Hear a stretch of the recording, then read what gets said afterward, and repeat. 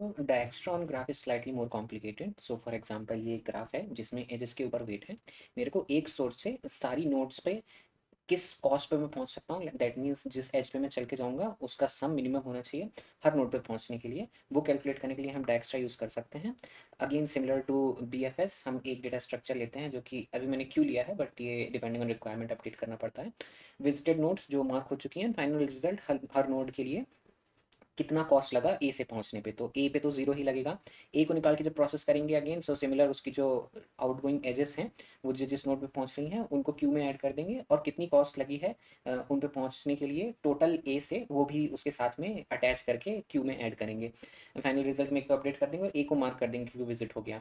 Now अब मेरे को ई पहले निकालना था, तो रिक्वायरमेंट ये है कि क्यू में से जो वैल्यू सबसे छोटी हो वो सबसे पहले निकालना चाहिए। So instead of queue I use a priority queue, and then E को मैं प्रोसेस करूंगा। ये सिमिलर है BFS से, तो उसकी जो आउटगोइंग एजेस हैं जिन जिन नोट पे वो जा रही है उन पे कितनी कॉस्ट लग रही है, वो कॉस्ट होगी ई तक पहुंचने की कॉस्ट प्लस जो एज है उसकी कॉस्ट। अगर वो कॉस्ट ऑलरेडी जो कॉस्ट मेरे को पता है उससे कम है, दैट मीन्स मेरे को एक बेटर पाथ मिल गया जो ई के थ्रू जाता है। सो मैं उन नोड्स को ऐड कर दूंगा। बी ऐड नहीं होगी क्योंकि उस पर पहुंचने की कॉस्ट ई के थ्रू 8 थी, बट मेरे को 7 पहले से पता है। सो बी को मैं ऐड नहीं करूंगा, बट डी और सी को ऐड कर दूंगा।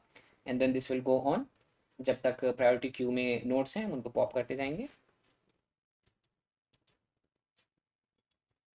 और उनकी एडजेसेंट नोट्स अगर बेटर पाथ मिलता है तो उनको क्यू में ऐड कर देंगे।